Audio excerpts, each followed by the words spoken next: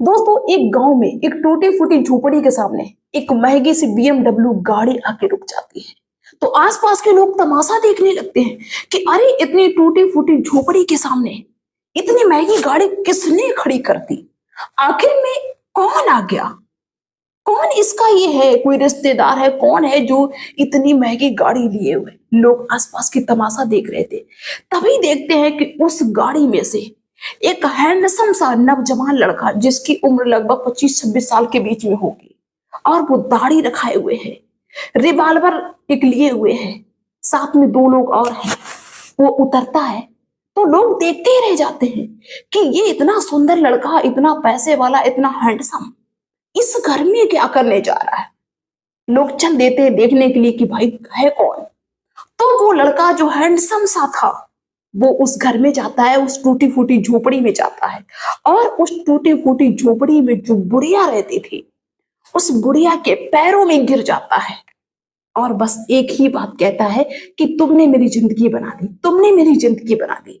दोस्तों, लोगों को ये बात बिल्कुल भाई समझ में नहीं आ रही, उनके समझ से परे, कि इतना सुंदर लड़का, इतना पैसे वाला, ये इस बुढ़िया से ऐसे क्यों बोल रहा है कि तुमने मेरी जिंदगी बना दी।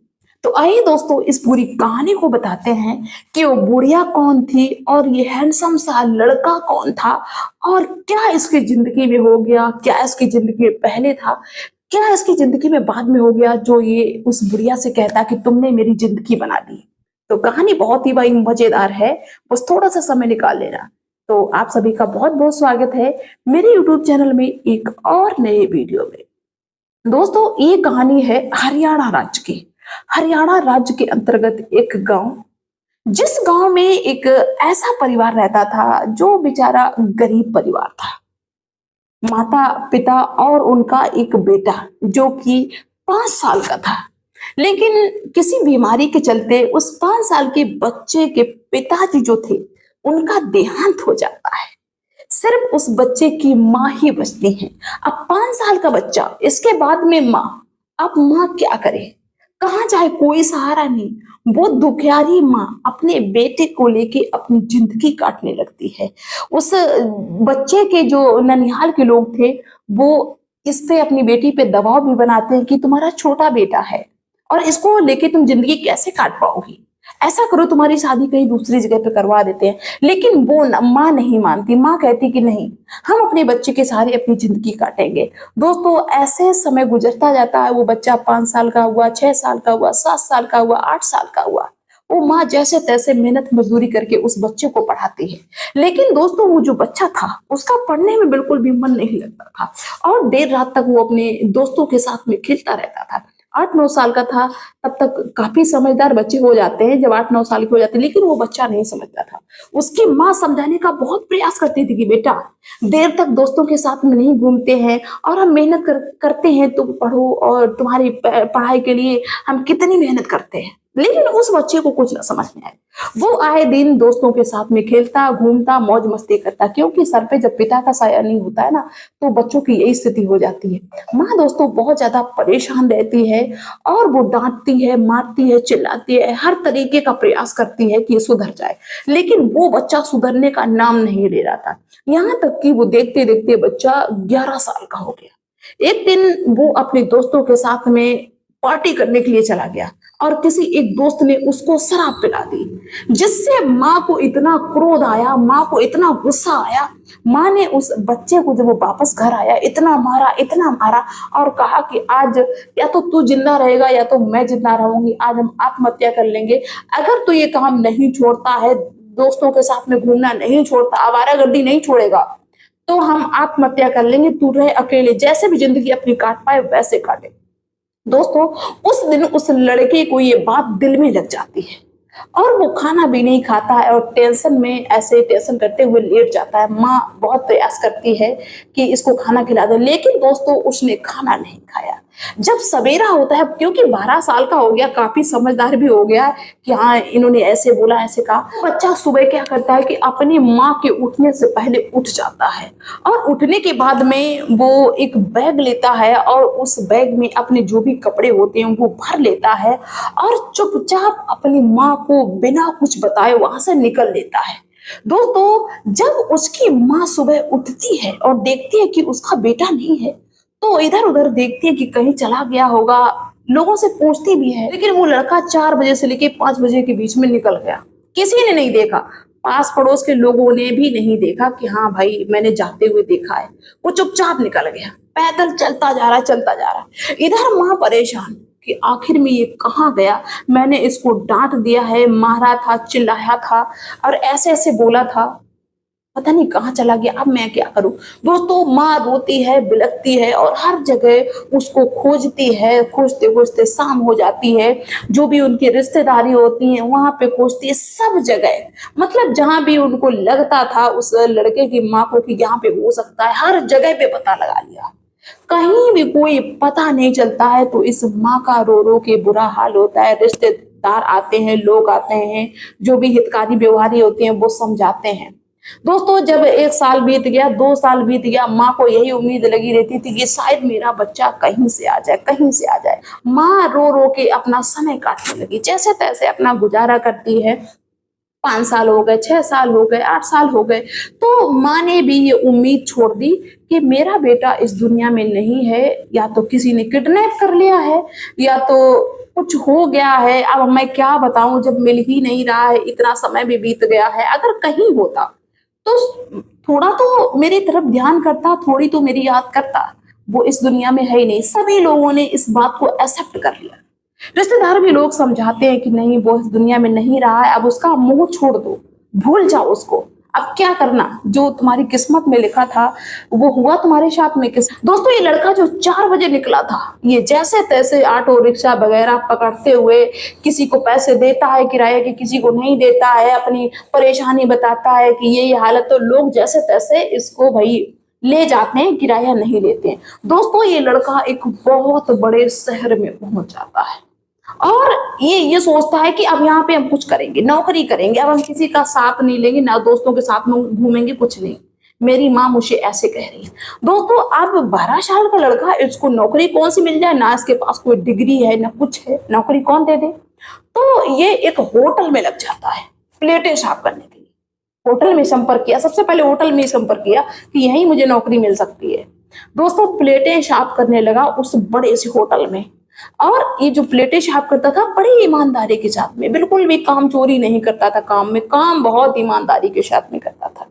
दोस्तों वहां पे काम करते करते उसको 1 साल हो गई, 2 साल हो गई, और अपने घर पे भी कभी नहीं आता था। बाकी वर्कर छुट्टी मांगते रहते थे, ये छुट्टी भी नहीं मांगता था, काम भी बहुत ईमानदारी और लगन के साथ में करता था। तो उस होटल के जो मालिक थे उनको ये लड़का बहुत पसंद आने लगा। धीरे धीरे वो इसको कहीं ना कहीं बहुत ही ज्यादा पसंद करने लगे।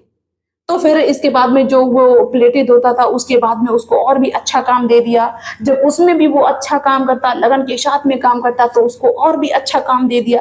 धीरे धीरे वो लड़का उस होटल को ही संभालने लगा, क्योंकि इतनी ईमानदारी के साथ में वो काम ही करता था। होटल को ही संभालने लगा, जो भी लेखा जोखा, पैसों का लेन देन बड़े ही अच्छे तरीके से करता था, जिससे वो होटल के जो मालिक थे वो बहुत खुश रहते थे उससे। लेकिन दोस्तों समस्या एक ये थी, जो होटल के मालिक थे उनके कोई बच्चा नहीं था। तो वो कहीं ना कहीं इस लड़के को ही अपना बच्चा समझने लगे थे, इसको ही अपना बेटा मानने लगे थे और बेटे की तरीके से ही रखने लगे थे। उनकी पत्नी भी बहुत इसको सम्मान करती थी। दोस्तों कुछ दिन के बाद में जो होटल के मालिक थे उनकी पत्नी का देहांत हो जाता है। अब जो ये होटल के मालिक थे ये अकेले रह जाते हैं, और जब अकेले रह जाते हैं तो ये लड़का होटल भी संभालता है, प्लस उनकी बहुत सेवा करता है, हर तरीके से सेवा करता है, उनकी सेवा में कोई कमी नहीं रहने देता, पल पल उनका ख्याल रखता है। उस होटल के मालिक को इस लड़के का रवैया बहुत ही अच्छा लगता था। वो एक बार इस लड़के से ये कहते हैं कि देखो बेटा, तुमने मेरी बहुत सेवा की है और करोगे, और मुझे ये भी पता है कि तुमसे ज्यादा मेरी इस दुनिया में कोई सेवा कर भी नहीं पाएगा, और हम चाहते हैं बेटा कि मेरे जीते जी मैं अपनी सारी प्रॉपर्टी तुम्हारे नाम कर दूं, क्योंकि एक बेटा से ज्यादा बढ़ के तुमने फर्ज निभाया है। इतना शायद मेरा बेटा भी होता वो भी मेरे साथ नहीं करता, और जिस तरह तुम मेरा होटल संभाल रहे हो इतना कोई कर ही नहीं सकता था। तो होटल भी हम तुम्हारे नाम करना चाहते हैं, बाकी मेरे पास जो भी प्रॉपर्टी है वो सब हम तुम्हारे नाम करना चाहते हैं। दोस्तों ऐसे ही कह के वो जो होटल के मालिक थे उन्होंने सारी प्रॉपर्टी उस लड़के के नाम कर दी। और दोस्तों ये लड़का 12 साल का था जब अपने घर से निकला था और वो 26 साल का हो गया। अभी तक उसने अपने घर में अपनी माँ के बारे में बिल्कुल भी सुध नहीं ली कि मेरी माँ का क्या हाल हुआ होगा। वो बस होटल को ईमानदारी के साथ में देखता और होटल के मालिक को देखता। जब दोस्तों सारी प्रॉपर्टी उसके नाम हो जाती है, उसके पास सब कुछ हो जाता है और वो सेवा भी जी जान से करता, पूरी लगन के साथ में होटल के मालिक की सेवा करता। एक दिन ये मन बनाता है कि अब हम अपने घर पे जाएंगे। तो ये एक BMW गाड़ी निकालता है और होटल के मालिक से कहता है कि अब हम घर पे जा रहे हैं 2 दिन के लिए, इसके बाद में हम वापस आ जाएंगे। वो मालिक कहते हैं ठीक है बेटा जाओ। दोस्तों ये लड़का बढ़िया सी गाड़ी रखाए हुए हैंडसम सा, क्योंकि भाई अब तो वही मालिक बन गया है, और BMW गाड़ी लेके पहुंचता है अपने गांव में। वो बेशक अभी तक उसने अपनी माँ से, अपने गांव में किसी से संपर्क नहीं किया, लेकिन उसके दिमाग से वो सारी चीजें नहीं निकली। वो सिर्फ यही चाहता था कि एक दिन जब मैं पैसे वाला हो जाऊंगा तभी अपनी माँ को अपना चेहरा दिखाऊंगा। उसके दिमाग में ये चीज चलती थी। उस गांव में अपने पहुंच जाता है जिस गांव से 12 साल की उम्र में वो निकल के आया था, और देखता है इधर उधर तो उसका जो पुराना घर था वो कहीं है ही नहीं, टूट फट गया। माने जैसे तैसे एक झोपड़ी रख ली, झोपड़ी में ही गुजारा करती थी। तो वो देखता है कि घर नहीं है, लेकिन वो अंदाजा लगा लेता है कि शायद है कि झोपड़ी रखी यही मेरी माँ की हो। और तो उसी झोपड़ी के पास में वो अपनी BMW गाड़ी खड़ी करता है और बड़ी भैया शान के साथ में उतरता है और उस झोपड़ी में घुस जाता है। दोस्तों उस झोपड़ी में एक बूढ़ी माँ वो बैठी होती हैं। तो ये लड़का जो हैंडसम सा था उनके पैरों में गिर जाता है और कहता है कि आपने मेरी जिंदगी बना दी, आपने मेरी जिंदगी बहुत अच्छी बना दी। दोस्तों वो जो बूढ़ी माँ थी, जो इसकी माँ थी, उनको भी समझ में नहीं आ रहा था कि ये कौन है आखिर में, किसने मेरे पैरों को पकड़ लिया है और कौन मुझे ये कहने लगा कि भाई तुमने मेरी जिंदगी बना दी। क्योंकि वो अपने बेटे के बारे में तो पूरी तरह से भूल चुकी थी कि वो तो इस दुनिया में है ही नहीं। दूसरी ये कि जब वो 12 साल का था तब वो कैसा दिखता था, अब वो जवान हो गया, हैंडसम हो गया, पैसे वाला हो गया, तो भैया उसका तो हाव ताव सब कुछ बदल गया। अब जब मोहल्ले वाले देखते हैं कि अरे इतनी महंगी गाड़ी इसके दरवाजे पे कैसे खड़ी हो गई, वो भाई पीछे चलते हैं। जब ये देखते हैं नजारा छुप छुपा के कि ये हैंडसम सा लड़का जो इस गाड़ी से उतरा है वो इस बुढ़िया से कह रहा है कि तुमने मेरी जिंदगी बना दी। तब वो लड़का सबको अपनी कहानी बताता है, सबके पैर छूता है, कहता है कि मैं प्रियांश हूँ और हम निकल गए थे, मेरी माँ ने मुझे बहुत मारा था उस दिन और कहा था कि तेरी वजह से हम मर जाएंगे, आत्महत्या कर लेंगे, तू जिंदगी में कुछ नहीं कर पाएगा।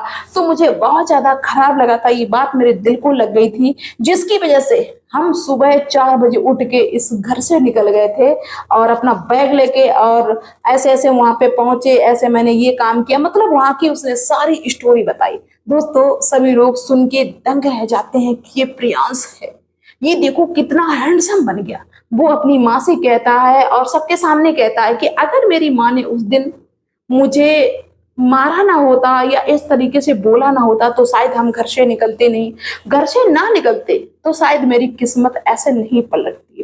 दोस्तों सभी लोग कहते हैं कि तो तुम बीच में संपर्क तो कर लेते। वो कहने लगा कि मैंने बस यही फैसला किया था कि जिस दिन मैं बड़ा आदमी बन जाऊंगा, बेशक मेरी जो मालिक हैं उन्होंने मुझे सारी प्रॉपर्टी दे दी, लेकिन फिर भी मैं, अगर वो ना देते तो भी हम प्रयास करते, हम बड़े आदमी जब बन जाते तभी यहाँ पे आते। दोस्तों सभी लोग प्रियांश से मिलके बहुत ज्यादा खुश होते हैं। माँ के तो जैसे कि भाई एक नई उम्मीद मिल गई, जीने का सहारा, उनकी आंखों का तारा ऐसा लगे, ऐसा उनको मिल गया है, कोई चमत्कार हो गया। वो अपने बेटे को सीने से लगाए हुए हैं और कहते हैं कि पागल, तूने इतनी बड़ी गलती कैसे कर दी, तुझे ये नहीं मालूम था कि मेरी माँ कैसे रहेगी, मेरी माँ की जिंदगी कैसे कटेगी, तो इतनी बड़ी गलती कैसे कर सकता। वो माँ डांटती भी जाती, प्यार भी करती जाती। तो इस तरह एक बेटा बड़ा आदमी बन के अपनी माँ के सामने पहुंचता है। तो दोस्तों आप सभी लोगों की इस कहानी पे, इस स्टोरी के बारे में क्या कहना है, आप सभी लोग अपनी राय कमेंट्स के थ्रू जरूर रखना। बाय दोस्तों।